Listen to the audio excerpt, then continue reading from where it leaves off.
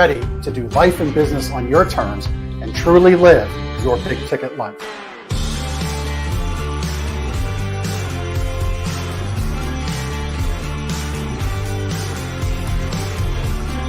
You either make excuses or you choose to level up. What amazing guests living the big ticket life. Woo! Woo! Brandon Brittingham. Appreciate you having me here today, man. It's that kind of discernment, that kind of focus, that kind of forward thinking that's so important if you're going to succeed in business today. Jeff and I are like friends. We're real friends. We are so you unlock fortune and freedom without all the stress that normally comes along with it. It all comes down to your why. You know, your business, why are you doing it? You know, how is it going to change the world and what's it going to do for your family? I want you to celebrate your success. Talk about the struggle, but I promise you, the story is in your struggle. They'll never be able to say that about me because people only see me working hard in anything that I'm doing whenever they see me. Focused on your success and the success of those around you. But being that constant in your community, good or bad, whether things are great in the community, bad in the community, be steady. Unapologetically do business and life on your terms and truly live your big ticket life. What amazing guests living the big ticket life. And we discuss how they do it and the big ticket methods they use. The things that make your life successful so you do life and business on your terms. In and of itself, the only limitations that we really have on ourselves is the ones that we allow to be put on ourselves. And most people don't look at it in that perspective. There's nothing wrong with being humble, but there's also nothing wrong with stepping into your superpower and letting people know who you are.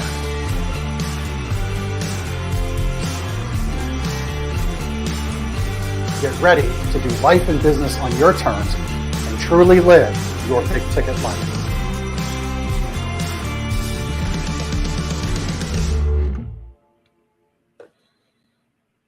All right. Well, welcome back to the show. I realize that this is episode 52 of the Big Ticket Life. So I think that's pretty cool. There's most podcasts, my amazing producer and production team at Cast Ahead, Chris Stone and his team, they've shared with me. Most podcasts don't hit 7 episodes, and here we are at 52. So thank you to my guests. Michelle, isn't that awesome? That is totally awesome. I'm super excited about it. Yeah.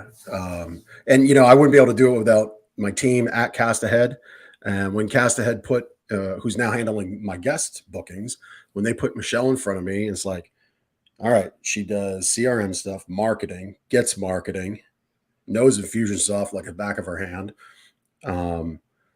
In the things that came across my desk, I'm like, check. Let's get Michelle on. So, Michelle, welcome to the show. Well, thank you for having me. Like I said, I'm super excited to be here. Yeah. So, you know, I said in my intro, and I feel maybe as a host, I've been a bad host.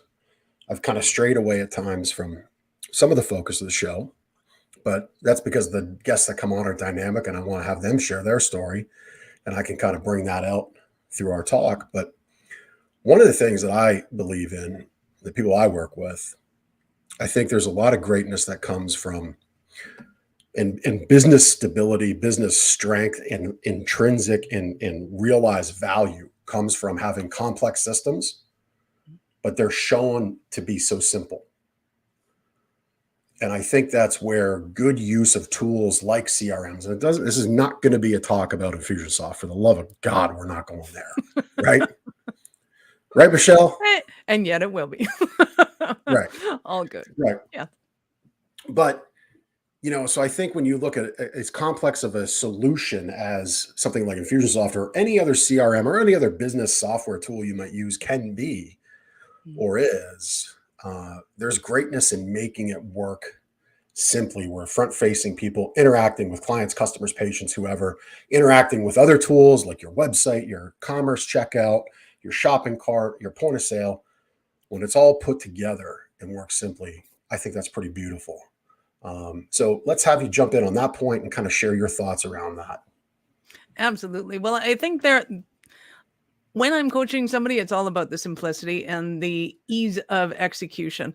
And when you can look at your business and you hone in on what is it that we want to accomplish in the end, do we want to have a complex business system, or do we really just, I just want 10 clients, pay me 10 grand a month, and I am done. Like, that's my, I just want the lifestyle. I want to be traveling when I want to work 10 hours a week. That's it. But if you're special kind of crazy like me and you go, no, I want to have 50 employees. I want to do this. I want to have clients all around the world. Well, then you need to have complex systems that can handle that. And I don't mean complex as in the kind of system that I initially created for my business, which I lovingly call Frankenware. And it was basically, I needed software to do this and software to do that, software to do this. And poor Frank was losing an eye and a limb and trying to hold them together. I happen to be fortunate enough that I have a partner in business and pleasure, as we like to say, who loves IT projects. He loves software. And I said, like, I don't have the wherewithal to take care of this. Can you take care of it? He goes, there's got to be an easier way to do this. He found Infusionsoft, or what's now Keep, and went, do you mind if I use that? I said, you can do whatever you want. For him, the clouds parted, the angels sang, and he's in his happy place with a beer and Infusionsoft. Like, I couldn't get more simplistic than that. And it's just because it makes things for the back end people so much easier when you have data integration, when you don't have dirty data. I love saying that, by the way. And it's just fun to be able to watch them play it like the Stradivarius that it is. And a lot of people get confused by it because they're playing in places in the software that they just shouldn't be. I should not be creating my own campaigns and or setting up affiliate links or any of that stuff. And I don't. I just ask somebody to do it. It gets done. And that is kind of the simple business that we want to have happen. Yeah. Yeah. I mean, for a business owner, I mean, I would think anybody who's gravitated towards this show, who follows this show, tunes in, I would guess the Venn diagram of people who want to jump into like operating the Stradivarius system of whatever software they choose versus just profiting from it and having a better, more organized business life from it. That Venn diagram doesn't collide for my listeners. Like they're the beer in the background managing the data so it doesn't turn dirty. I love that term, dirty data. So we'll get to making what the show title of this episode was, making sense of online marketing. But I think this is a great way to start because we got to have a foundation of things. Some dirty data. What's that all about? Well, dirty data happens when you have systems that need to talk to each other, but they don't. So you might have manual processing. You might have your accounting software doing one thing and somebody has to export that list, put it into your purchasing software and apply it there so that you have all the information. Somebody needs to be able to access it. As soon as you're doing things manually, as soon as you're, no offense, Xavier, but zapping things together, as soon as you're putting something in the middle in order to try and have a cohesive program, you probably don't. And it's to no fault of your own, but it usually happens when people have typos. They haven't spelled something properly. They give you a false address. There's multiple addresses for a single person, or there's one email address for multiple people. It just depends on the systems that you have and how you run your business. Hospitality is going to have certain issues. Plumbing companies are going to have different issues. It depends on kind of what you have and where you do it. But as soon as you start getting false information, that can be a problem. And trying to straighten it all out becomes an even bigger problem. Yeah. Yeah, 100%. I mean, I've recently spoken to an organization, really large sales mastermind type organization that has each front-facing salesperson creating their own tags. Yeah. Michelle's like, that O had some weight to it.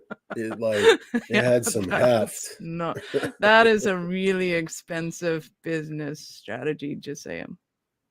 Yeah, and just on the tags alone, that's a really expensive business decision. And I don't think that these poor entrepreneurs, like if tech's not your thing, you're just like, well, why not? It makes it easier for them. We don't have to have all these stupid SOPs. Nobody has to be riding their butt for it. On one level, it totally makes sense why you would do it that way. But knowing what we know, yeah, I'm sorry. Yeah. Well, I just offered some insights from my basis of knowledge, and that's as far as it went because I'm not that solution provider. You and your company are those kinds of people, so maybe there's a referral there down the road. We'll see where they go. But the one thing that I'll say as we kind of wrap up this year, I've been remiss as the host of sharing out all the greatness that my guests want to give listeners. So I'm just going to go right to the chase now because it's right top of my mind. Michelle, if you like what she shared so far and will continue to share, we're only at about 20% of into our show, 25% in. But she's got something for you, a free website audit, $497 value, 40-page report about a website that actually works right and monetizes for you. So it's not just like this big digital business card. Go to awarenessstrategies.com/website-audit. And maybe producer Chris can throw that in the comments. So it's real easy, clickable for you. But if you're listening on audio, see, now I'm checking the boxes of good podcast hosts. Hey, right? hey, look at you go. So Look at if you you're being listening coachable. audio, yeah, because we do this in video and audio. If you're an audio person following, that's awarenessstrategies.com/website-audit.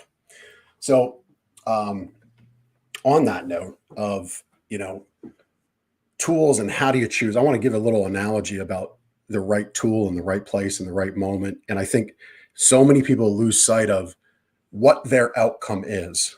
So the little analogy, and maybe my microphone picked it up, maybe not. I'm a truck guy. I'm kind of like a closet redneck. Not afraid to say it. Nice. My son just left the house, so maybe the rumble from his 1995 Cherry F-150, the truck that I love, that I'm just trying to pass off my 2019 to him so I can drive it, rumbled off. And we work on it. We do some maintenance. We do some more advanced repairs together. I have some knowledge there, and he enjoys it with me. It's a good time together. The rear transmission output seal started leaking, had to be repaired.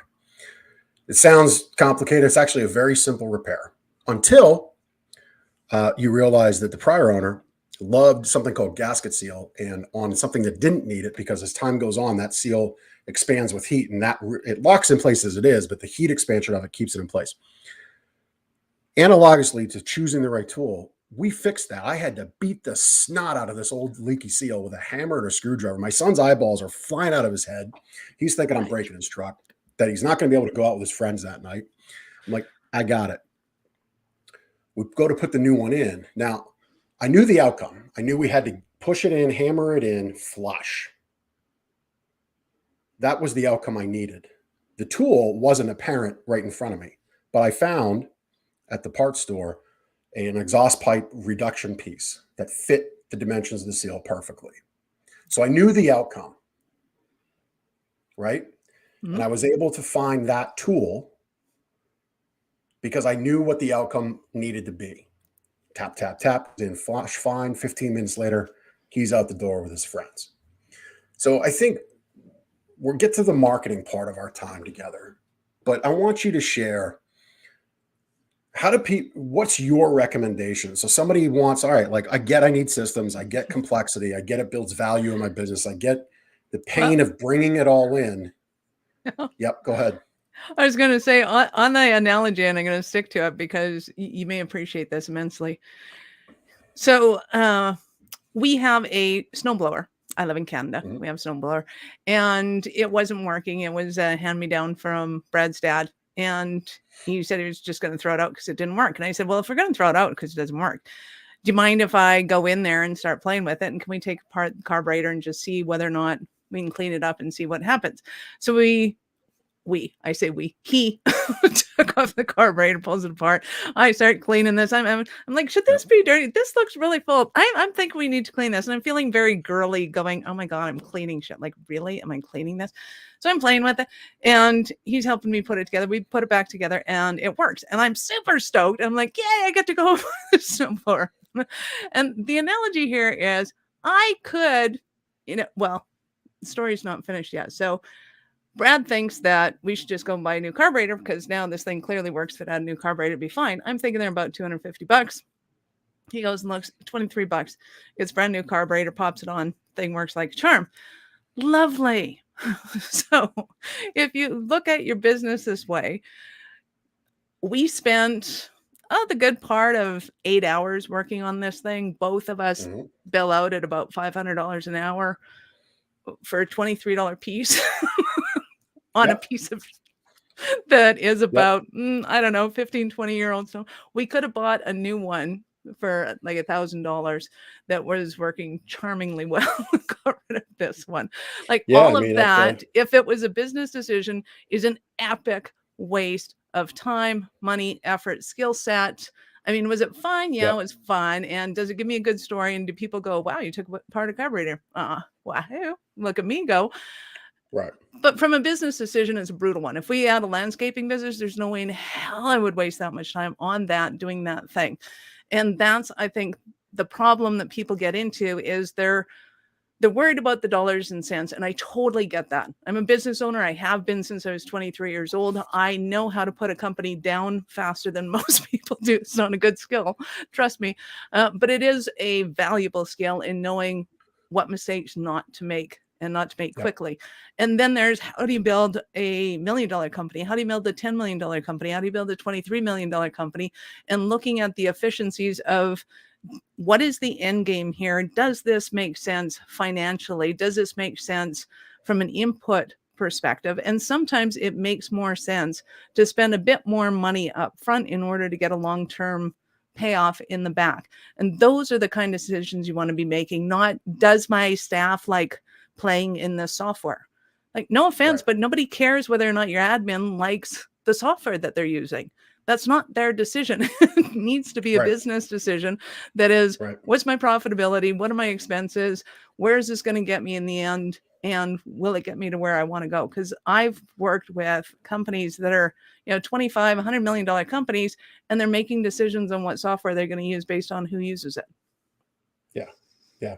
No, you're 100% right. And if you're listening to this, I want to drive home the point. Michelle and Brad is your husband, correct? Yeah. That's what I'm understanding. Yeah. Yes. So you're both billed $500 an hour, 8 hours it took you on this job. You're there together. It's $8,000. You could have bought 8 snowblowers for $1,000. We could have started a You- landscaping company. You threw right. You could have bought a little trailer to put on your vehicle, a snowblower, some good shovels and wheelbarrows, etc. Yeah, you could have been in the game, but don't lose sight of that lesson. Like, you'll never get to that $1 million company. I understand, and you're sharing that empathy that right now you have to be that clean the carburetor person, but don't lose sight of the fact that you can't go and waste $8,000 of your value to affect business for a $23 part. Because if you do that 5 days a week, 7 days a week, 4 weeks a month, 12 months a year, you're never going to get to the big dream that you want of $1 million or $10 million or whatever that number is. So yeah, I mean, I do what I do with my son for the time, for the connection, for the memory. Now, if we're looking at the time spent together, it was an awesome experience with awesome stories. Right. And I'm sure if I had started a landscaping company with a bunch of snowblowers with carburetors in them, I would have been a lot faster at taking them apart and cleaning them thereafter, which may not have saved me money, or may not allowed me to be able to delegate thereafter. But yeah.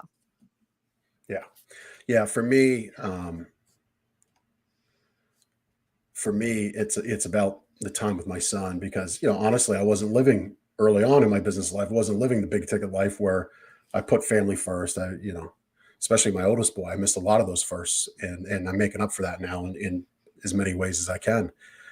So it's about that time, and I should be the last person bending down, crawling under vehicles, because my body's decrepit. Next, you'll see, if as a follower of the show, you'll see in January we'll have a couple shows pre-recorded because I'm having some pretty major surgery on my left leg. So I have no business crawling around on the ground on trucks and fixing them. None at all. But I do it for my son. But the point of all that, the point of Michelle's $23 carburetor and learning how to clean one and put it all back together, and the point of me banging away on my son's truck, scaring the crap out of him, but getting them fixed up, is you need to understand what the outcome is of the goal. Like, what does it look like? And you as the owner have to have clarity. Michelle, you said you can take feedback, you can take input in from your team about how they work, how they dovetail into the tool, but ultimately it's your decision. You need to have that clarity on what the outcome is, what the milestones are. So I'd like you to expand on that. Like, you work with a lot of people. Obviously, you're an Infusionsoft partner, but you can bring in a lot of different solutions to people. But talk about how to pick those tools, like some of your insights that you've seen. And we'll get to the marketing talk, which I can't wait for. 15 minutes from the end, we'll talk about the market. We are talking Well, about the we're marketing. And I 40 think minutes. that's the We important are in a way. thing to Yeah. understand is that when it comes to digital marketing, it's not just about, who our ideal client is and what kind of opt-ins they want to have and what kind of content are we going to put out to them. It's looking at it from a business perspective of how do I want to run this company. So going back to my initial, if you just want 10 clients at 10 grand a year, you're perfectly happy living that laptop lifestyle. That is awesome. And then there is, if you have a manufacturing company, if you have a plumbing company with 15 trucks, if you have, a company that has a certain level of complexity to it, and how do you want that to grow? And it could be that you just want to compete with the Joneses, which is fine, or the Kardashians, whichever. That is totally cool. You can do that. And understanding what that big picture is, how are you going to implement that in the most efficient way possible so that you're ending up with the most profitable business? Because there's paying your staff well to do the job well, which is fantastic. And then there's things that just simply waste time, money, and effort. Going back to it, the inefficiencies of the systems. So having 4 different pieces of software that could be done in one system, it could be the way that the information travels from one person to the other, or how does one person access the information that they need without having too much access to too much data. And all of this comes back to having somebody that understands software and IT and advising you, not just selling you something. So the bane of my existence in the marketing industry right now is people are selling things, one, that doesn't really exist, 2, that they're working on and it'll be done soon after you make payments so that they can pay their staff. Development teams. I get. I get, but know that you're somebody who's experiment if that's the way you choose to run your business. And they're selling you a product and it may or may not function the way you think it does based on their answers. So my number one rule for people is ask more questions than you spend money, because asking more questions and finding out enough information so that you can make an educated decision is far more important than the sale in the end. And if to them, the sale in the end is the most important thing, run away, run fast. Yep. That's the way I see it. Yeah. Yeah. And I would add to that about asking more questions than you spend money. And then this could be choosing a marketing tool to help power and be the foundation of your business. This could be choosing brand partners and vendors, whatever. Lay out on paper, whiteboard, mind map software. I'm a paper pencil kind of guy. I got 2 right here and I got 1 right here in the notebook that I haven't ripped out yet. I shared with Michelle earlier today, I was at a deposition for a vehicle that I own, and everybody's on laptops and computers, and I've got the printouts in front of me because I just where my mind goes. But map it out, whatever media you choose, whiteboard, paper, whatever. Map out what that journey's like. Map out what you envision with the new vendor partner, with the new software partner, with the new advertiser. Map that out. Be clear on what your goals are, because that outcome is going to matter when you are investing that money in the company. And if you can't get to that outcome, now it's just a waste. And there's one thing I don't like is waste, at all. And when I host events, I don't host really many anymore, but I used to host more. We would get the hotel room and they'd have the snack baskets out and the sodas out. And, they billed us for all of them. I took them. I don't need free Cokes, but I paid for those Cokes. I took them, and I'm not ashamed to admit it. Same with the granola bars and the cookies and all that stuff. I hate waste, and waste happens when you don't plan that outcome, when you don't plan that journey for success with whoever you're interfacing with. I think that's a real salient point for people to take away. So, Michelle, where do people get twisted up with marketing? Between online, offline, what is marketing? What's advertising? Set the table. I think the biggest thing, first off, is to understand that there is a difference in face-to-face marketing than there is in digital marketing. Face-to-face marketing, I can say I help people build houses, and they'll go, "Oh, cool. What do you mean by that? What's a house?" And it's a very generalized conversation that we're having, and I can hone in. I can ask them questions of, have you ever built your own house before? Do you buy? Do you rent? And I can hone in my conversation to them according to where they're at. In the digital world, I have to start with the problem that they have and intrigue them to find out more and more and more until they find out that I build houses or whatever the case might be. So it's a different angle with which you look at the conversation from the get-go.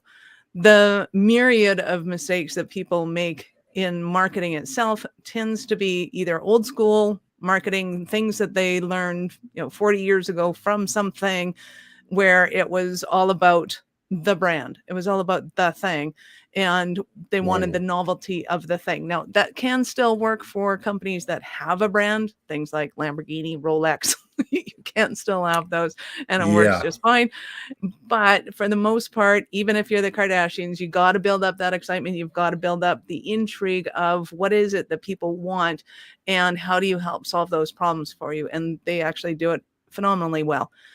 There's another mistake that people make is what I like to call mirror marketing. And it's, I'm putting out there what I think I would want if I was buying my product. And for the most part, people like you aren't buying your product. For the most part, they'll either have different spending habits. They'll be in a different age group. They'll have a different understanding of whether it's technology. And, even though they're in a high-tech world, they still have a lot of paper taking notes. I'm surrounded by tech right now, and I got paper in front of me. Yeah. It's knowing these little nuances about your audience that makes a huge difference when it comes to the digital world and being able to get them in the right place. And there's a big word in marketing right now, which is hyper personalization. And it basically means that I want to know what's going on for me. I'm going to solve my problems. So if we were to go to a t-shirt shop and get black t-shirts, great. We might be able to hone in on that. But if we were at a hair salon, I'm probably going to look for different hair products than you are, or I'm going to look for a different way of getting my haircut. So I'm looking for haircuts for me, as opposed to if I'm looking for haircuts for you, I'm going to do a different search.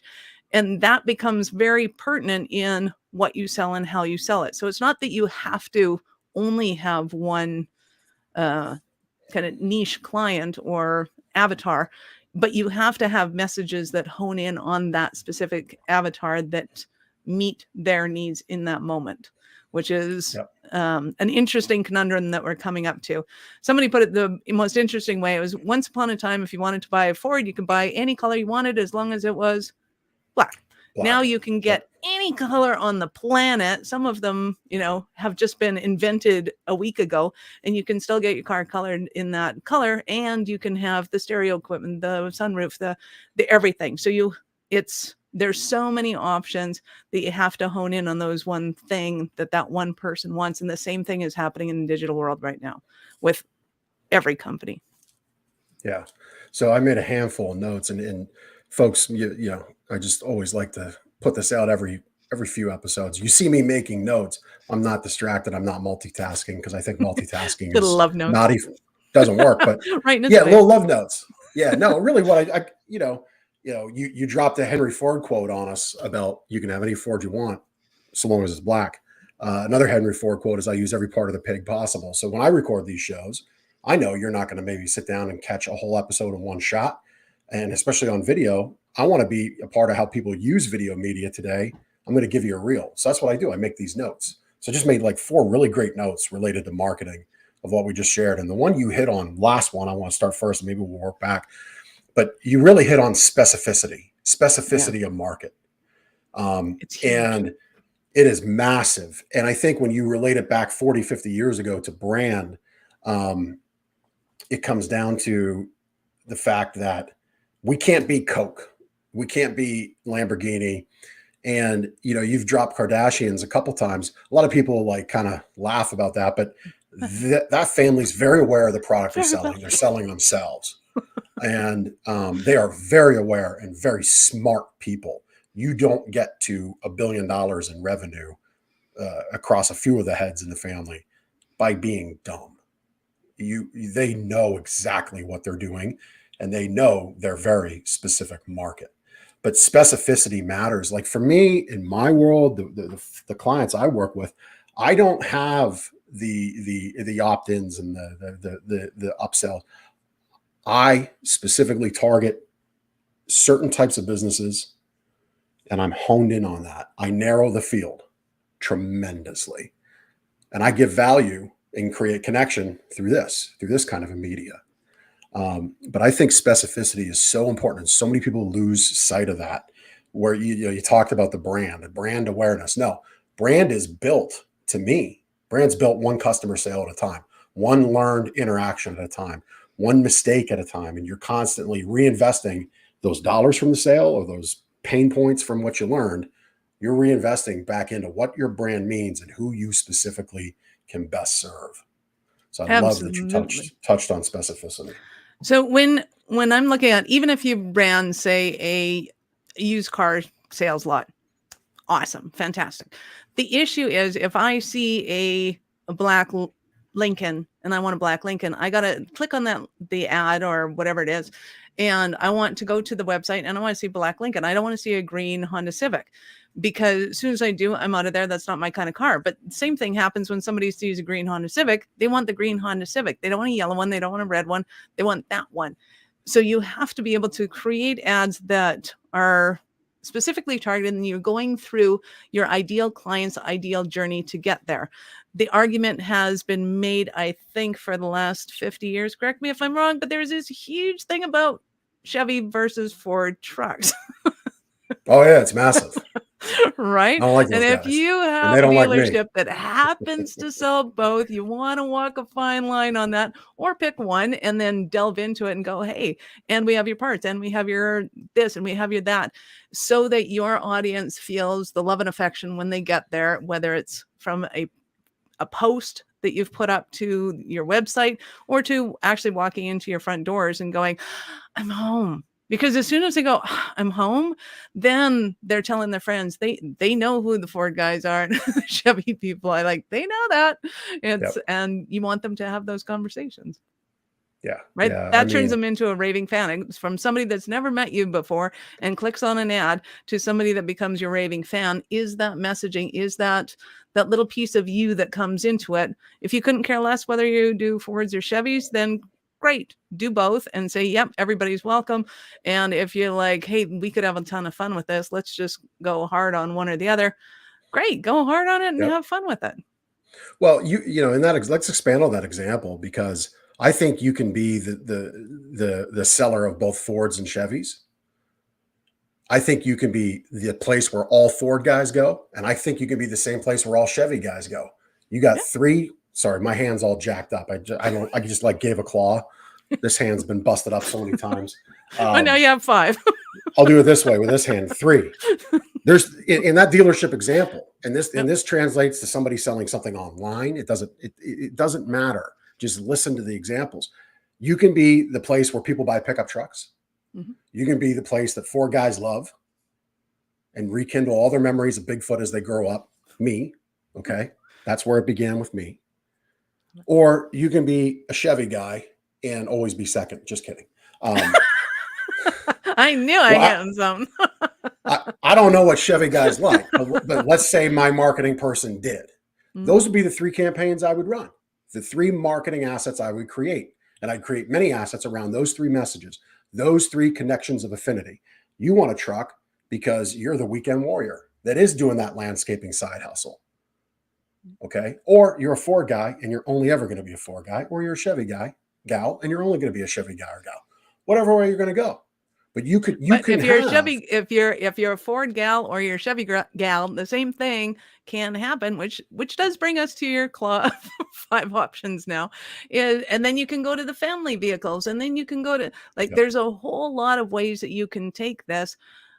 But be conscious of it while you're doing it, because your audience is very conscious of it, right? I mentioned this for a very specific reason. It was to evoke some emotion on the other side of the monitor, and it worked, which is awesome. Yeah. And that's exactly what you want in marketing, right?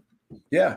Well, and I would add, people might be listening. Yeah, but how could a Chevy person talk to a Ford customer? Well, because now your sales process, you don't just wing it. You don't just let your team of 7. Right. You don't just let 7 salespeople show up today and bring in the nonsense of their morning into the day when you open up the doors at 10 a.m. Your sales process now says when anybody's on the lot, tell me what you love about trucks. Tell me what was the first memory you have of a pickup truck. And then be quiet. Yeah, exactly. And you let them talk. And if I were that potential customer, I'd be like, Bigfoot for me was just incredible as a kid, and that was my first love of trucks. And a smart salesperson would say, "So you're a 4 guy." 100%. And then we're down that road. Exactly. And And then you know which aisle to go down. It makes it way easier. Yeah. And I mean, this is where marketing becomes so much more than just that one word. Right. Because you can have a great marketing campaign. This now goes to, is it the marketing that's bad, or the leads that are bad? Is it the salespeople that are bad? Is it the back end support that's bad? Well, and I You gotta have to say, have that journey mapped out. bottleneck is always at the top of the bottle. We don't like to admit that, but it is. And if you as the owner, right, because the owner is the only one that gets to make these choices. They're the only one that gets to decide whether or not, we're turning this into a guy's shop, and the whole shop when you walk in is going to look like some dude's garage that we all have complete and total envy of. Like, that would make an awesome sales, showroom for starters. And it would allow you to hone in on the people. Now, there's nothing saying that if you're going to own that kind of place, that your wife can't open up one across the street and have it as the chick's place to go and do it, and have, pink camouflage and hunting gear in the back, which would still be epic and awesome. Like, it all depends on your personality and how you want to do it. But then it's your personality that trickles down no matter what, even if it's just kind of, a blue suit and a red tie, and that's how we're going to show up, and that's how everybody's going to show up. It still starts from the top and it works its way down. You're the one that has to make those business decisions as to who do we want to attract in here, and what kind of people are we going to get, and who do we have the most amount of fun selling to, whatever the definition of fun is for you. Because every day you're going to have to wake up and you're going to face these clients, and every day is going to seem like Groundhog Day after 20 years. So you have to make those decisions to bring in that lifestyle and everything. And like, my conversations always veer off from what is digital marketing to what kind of lifestyle are you trying to create here, because business is an extension of that. And I personally think that the more people can express themselves through their businesses, the more the world thrives. Even if you have a Chevy and Ford dealership right across the street from each other, it creates an ambiance. We have some fun with it. We learn that, just because you have your opinions, it's not the end of the world. We can have some back and forth. We can have a little fun with it. You can have 2 teams right across the street having those rivalries together, and being able to say, you know what? I absolutely love and adore my ideal market, and I'm going to cater to them because it's fun for me. And then I'm going to go shopping afterwards. Right. That's my take on it. Anyway. Yeah. Yeah. No, love it all. Love all of it. I mean, I think when we, you open the marketing conversation, it's really Pandora's box. That really is never ending. I think for me, there needs to be that commitment to constantly marketing, taking the actions of marketing, and always looking for like slight edge stuff. There's always places to improve. Like, there's always bottlenecks, and yeah, they're likely at the top. But maybe it's the top of this part of the business, or the top of this operational part of the business. So now it's the team you put in those positions. Talk about your, do you believe that that's a true statement, that there's always marketing to do around the marketing? There's always improvement to do around it. There's always marketing to do around the marketing. There's this thing called an evergreen program that is the nirvana of SaaS, I think, is where it started, when it was software as a service. companies, they would build the software platform and be able to create a campaign for it and have people come into it constantly and constantly be buying, which is the nirvana of online sales. And we get that. And even in those, there really is no such thing as, I think they said, make it and leave it. But it's not so much that. It's being able to constantly look out what are the best practices, where is the market right now, how have things changed. And I think, obviously within the last 3 years, there's been a lot of changes. A lot of the word pivot doesn't become commonplace for no reason. We have to be looking at how things are modifying and adjusting and being able to get people with where they're at. Because it comes back to when something's novel, we all dive into it and go like full bore into the way it is. But then as we get used to it, then we start to go, oh, I think I'll go this way. I think I'll go that way. Some people like to read more. Some people like to watch videos a lot. A lot of people like to watch videos a lot. Some people like to go and, listen to things and they just want to hear it. They don't want to be distracted by the visuals of it. And then you start to look at, okay, who is our audience? How do they like to? Does this article really translate or does this video really translate into words and article? Or could we make it a little more oomph over here, right? Being able to bold things where somebody would naturally articulate something more urgently. It's being able to understand how somebody sees what we do, the way they see it, and what their norms are. So taking, for example, the website, and you're looking at it, it's set up in a certain way. I can look at a website and go, oh, this website was built in the 80s. That website was built in 2000. That website, I know because there were certain ways of doing things that were normal at that time. And as audiences got more familiarized with going online, they started to expect seeing certain things in certain places. So there are kind of best practices according to what the audience has done in the past. But then you want to be looking at, where are the trends now and where are they going with this? So to us, marketing is a constant that you have to be looking at, and which is why we tend to partner with our clients, not doing just projects of one-off. So we have a very finite group of clients that we work with intensely to understand their strategies, where they're going, help them out with best practices, act as their CMO and their CIO, and being able to help them make complex decisions. And I totally understand that if kind of that's not your gamut, that you're going to have to figure out how do you get that bit of information when you're not going to be spending your time, focused solely on marketing campaigns or solely on software or, and you can't. Right now we have over a dozen people on our team and they all have their own specialties. They study their field of interest and they bring back the tidbits to the team. And that's kind of how it has to be. Yeah. Yeah. I've had a handful of comments. Chet, somebody used to be a customer of mine way back. Chet goes back. Chet, good to see you. I know you've had some.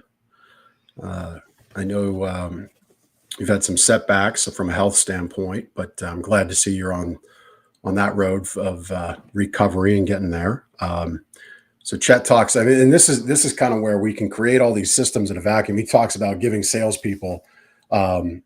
Leverage to connect with their customer through the lens of, you may want people in a suit and tie, but they do better in he says, a Hawaiian short sleeve. Yeah, I think you need to give some deference and some little bit ability to move within the guide rails, I would say. In my retail business, I demand that the bookends be there, meaning our greeting, which I dropped a little bit of in the tell me word track. And then we need to ask for the sale. There are a couple other definite points in between, but if those two bookends are there and we execute on those bookends, the middle takes care of itself. But again, we understand what those things are in the middle. We clearly have mapped out what those bookends are in our in-person sales process. And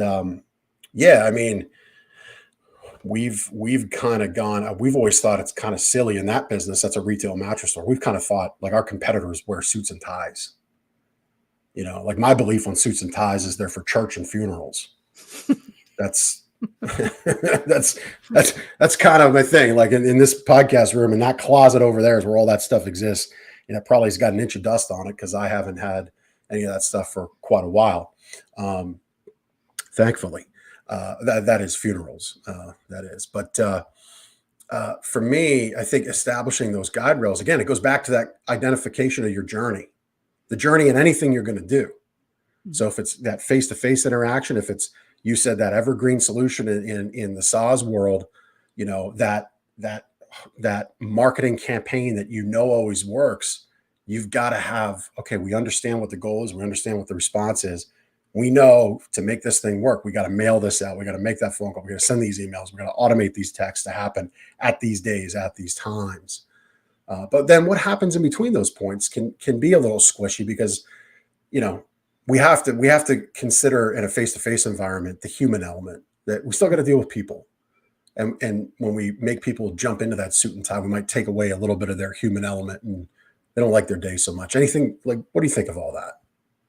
I totally agree. And it comes back down to what is culture that you want to create in your company, and who is your ideal client, and how do you want to approach them? Because clearly Chet's company with somebody in a Hawaiian shirt and somebody else in a suit is going to be a super eclectic business, which is fun and going to have I would think, a generalized audience, so that somebody can come in and go, I want to work with the dude in the Hawaiian shirt, and that's fantastic. And somebody else might come in and say, okay, he looks very professional, I would like to work with him, which are two totally different personality types within a business, which is great. And again, it translates really well in the physical world.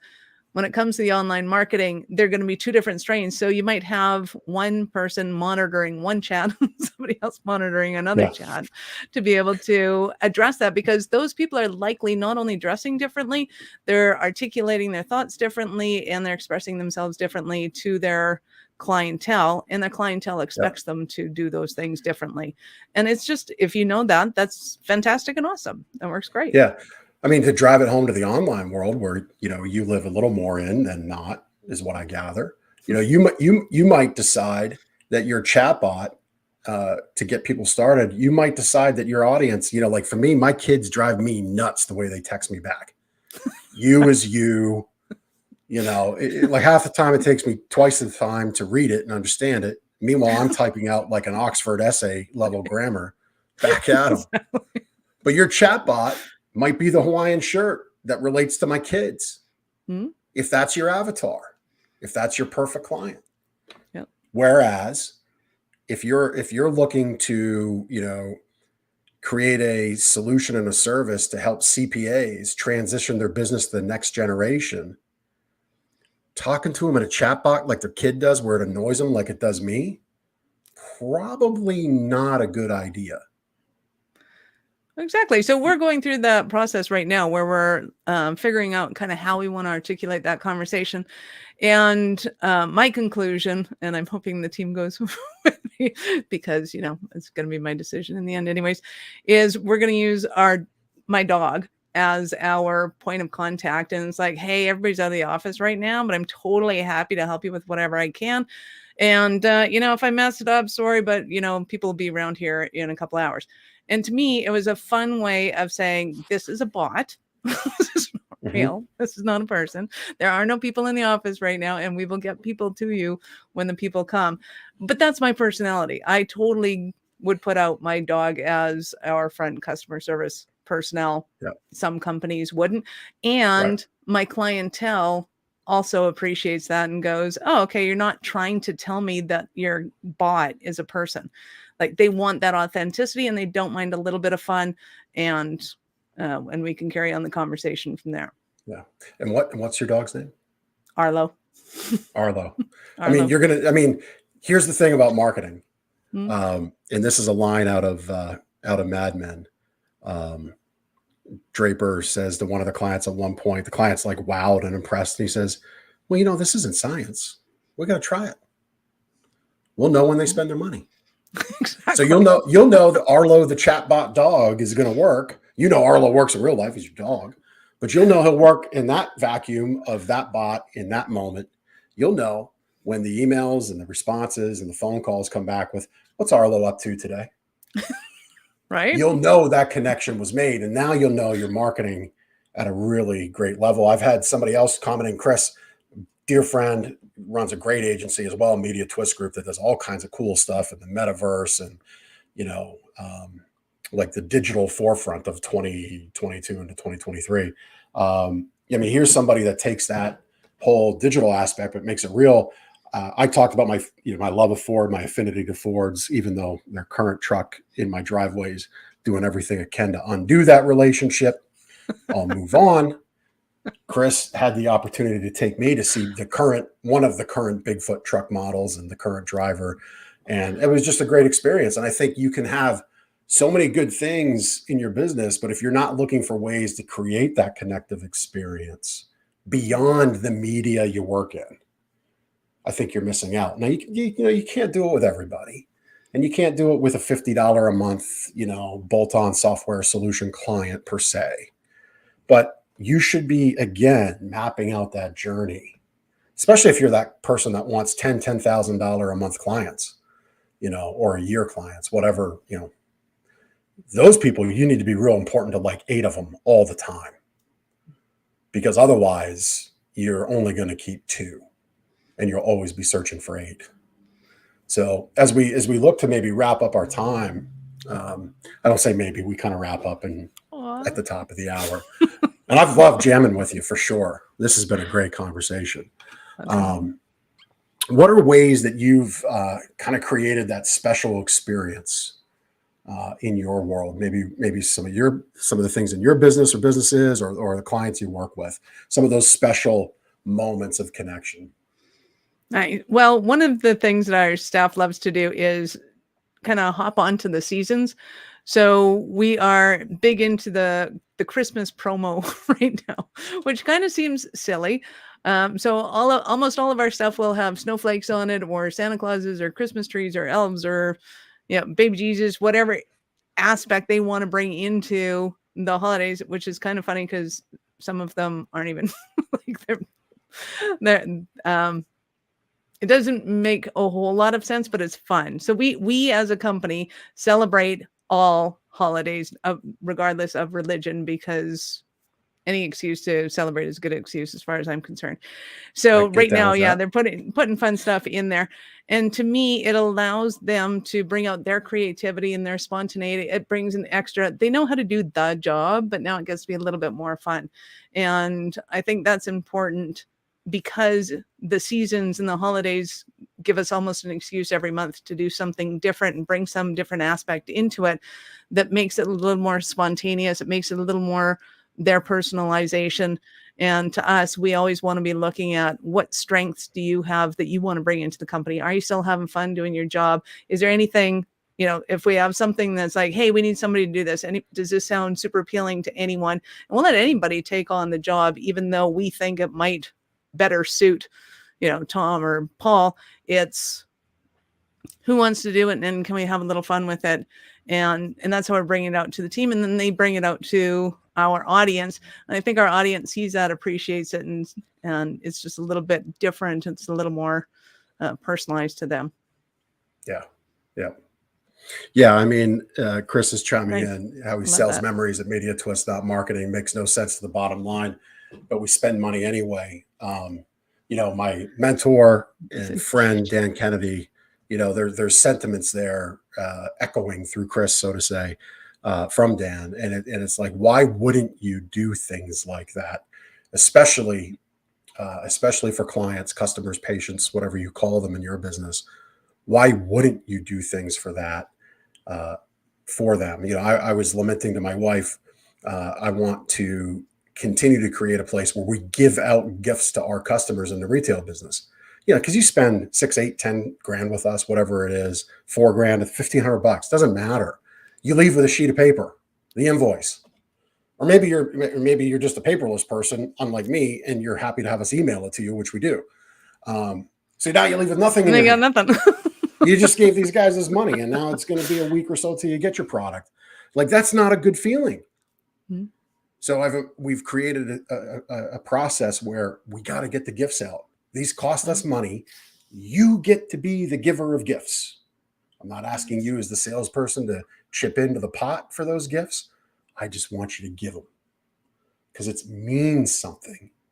The intentionality of it is important. It's all And means how many something. times have you gone to a store or have you bought a thing and it's never about the thing, right? Even the story of the carburetor wasn't about the carburetor. Like it was the experience of being able to buy a carburetor and getting it for less and being able to pop it on there. I mean, if we can create in good marketing copy, you want to have an emotional involvement with that. But if you can create a memory for people, you are taking that up a notch that is epic and fantastic. And I think it's a great note to leave people on, especially going into the holidays, is how do you just leave somebody with a little something that allows them to go, oh man, I had the greatest thing. It was fun. Yeah. And sometimes it's being spontaneous and just saying that thing that you were thinking. And sometimes it's putting concentrated thought into what can we do for them. It's your personality that comes in. I love it. We're going to end there on a little something. Hey. Give your people, give your patients, clients, customers, and your team. Don't forget your team this time of year. Give them a little something too.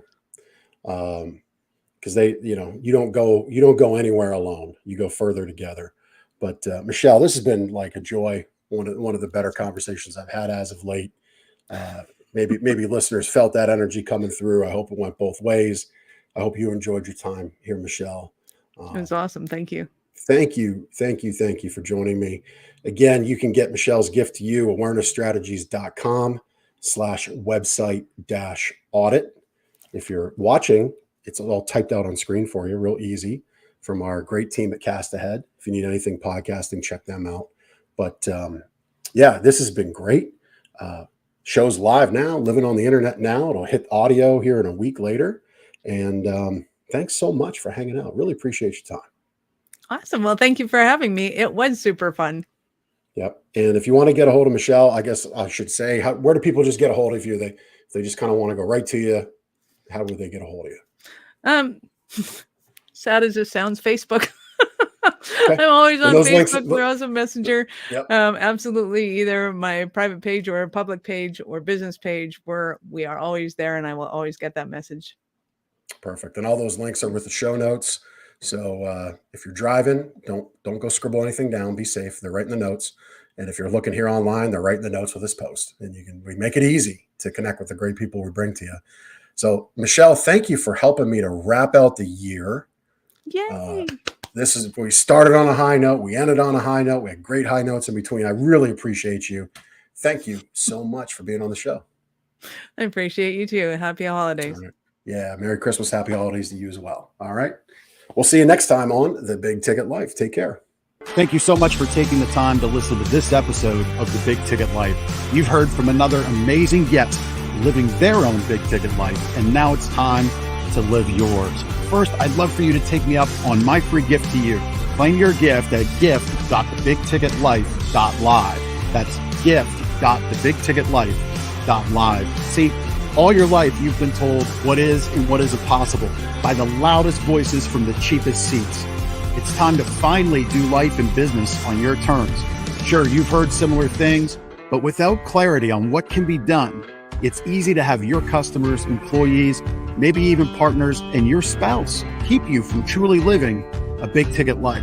My big ticket methods shift you into that investor seat in your business, away from commodity and away from competition, into a market of one, so you can finally live your own big ticket life. So my gift to you is for you to book your discovery call today, where we'll uncover first the Chivo behaviors, those chief everything officer behaviors that hold you back, and why moving into the investor seat in your own business is critical. 2, we'll uncover the premium position that's up for grabs right now in your market that you're missing out on. And 3, which big ticket methodologies are just waiting to be dropped into your business to explode your sales and profits. So again, thanks for listening to this episode. I'd love for you to take action right now. Accept this gift. Book your call. Go to gift.thebigticketlife.live. Again, that's gift.thebigticketlife.live.